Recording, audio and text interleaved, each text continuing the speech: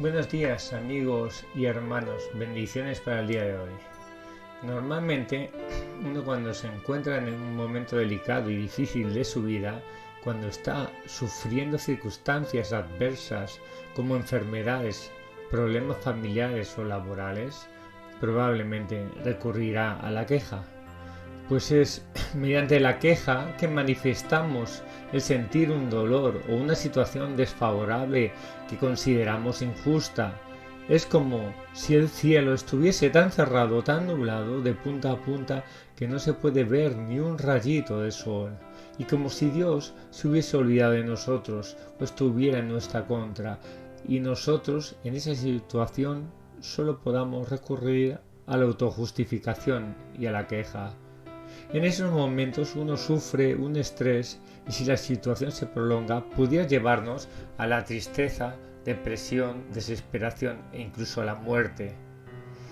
En esos momentos tan difíciles nuestra fe debe resistir las tempestades. Son momentos de gran importancia para reconocer que dependemos totalmente de Dios y que Él no nos quiere destruir o que permanezcamos en ese sufrimiento, sino al contrario, Dios quiere que tengamos vida y vida en abundancia.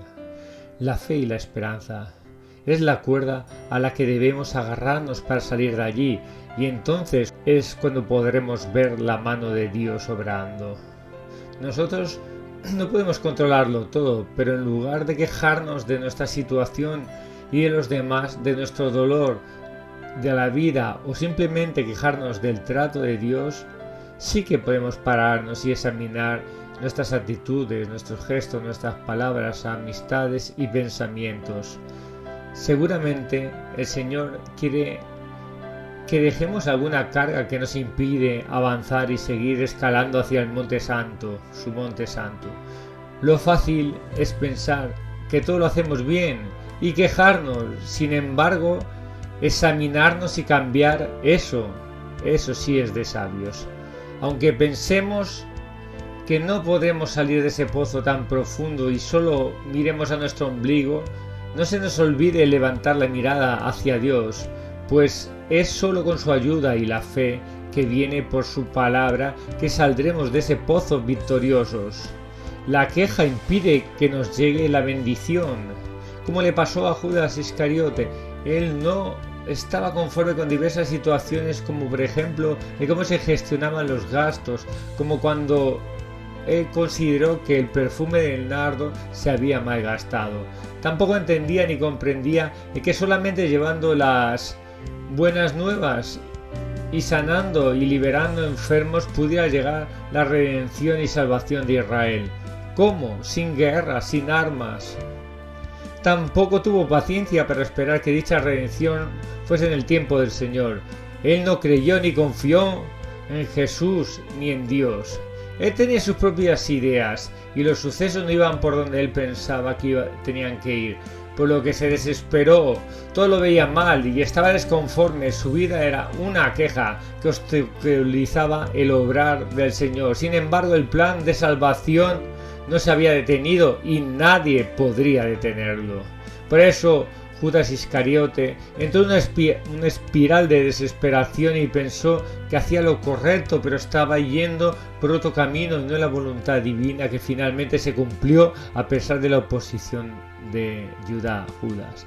Entonces Dios va a cumplir sus propósitos con o sin nosotros, si los entendemos o aunque no los comprendamos, estemos de acuerdo o estemos en contra de sus planes y a pesar de todas nuestras quejas. Sus pensamientos son mucho más altos que los nuestros y su voluntad es soberana. Entonces es por nuestro propio bien que nos interesa estar alineados a los planes y a la palabra del Señor, teniendo fe y reconociendo su supremacía. Por el contrario, la queja, la desesperación, el desacuerdo solo nos perjudica a nosotros y a quienes nos rodean, como les pasó a los 12 espías que fueron a reconocer la tierra prometida de Canaán.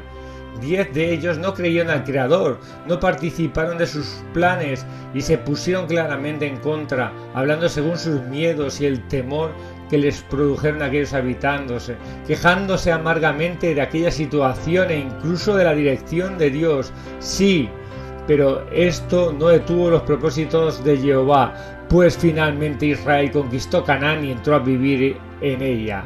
Pero todos aquellos que se quejaron amargamente, que dudaron y no creyeron al Señor, que se opusieron a este plan, ninguno de ellos entró en Canaán. Todos murieron en el desierto por su incredulidad. Entonces, verdaderamente la queja será un impedimento para que llegue la bendición y sin embargo será un camino abonado para la maldición, la destrucción y la muerte. Guardémonos de la queja para que no nos destruya. Más bien, demos gracias a Dios por todo, hasta por lo que nos parezca más pequeño. El Altísimo finalmente cumplirá sus propósitos, incluso a pesar nuestro. Él siempre tendrá 7000 que pueden desempeñar el cumplimiento del plan divino. Para acabar, no nos quejemos y busquemos estar atentos a la voz del Señor, para intentar no situarnos en contra de su voluntad. Así que, aunque a veces no entendamos las circunstancias que vivimos, revisémonos según la palabra y pidamos al Espíritu Santo que nos ayude a resolver esa situación. Cuando revisemos todo nuestro entorno, empecemos primero siempre por nosotros mismos y después miremos al exterior y a los demás, buscando a ver si encontramos alguna falta o algo que corregir.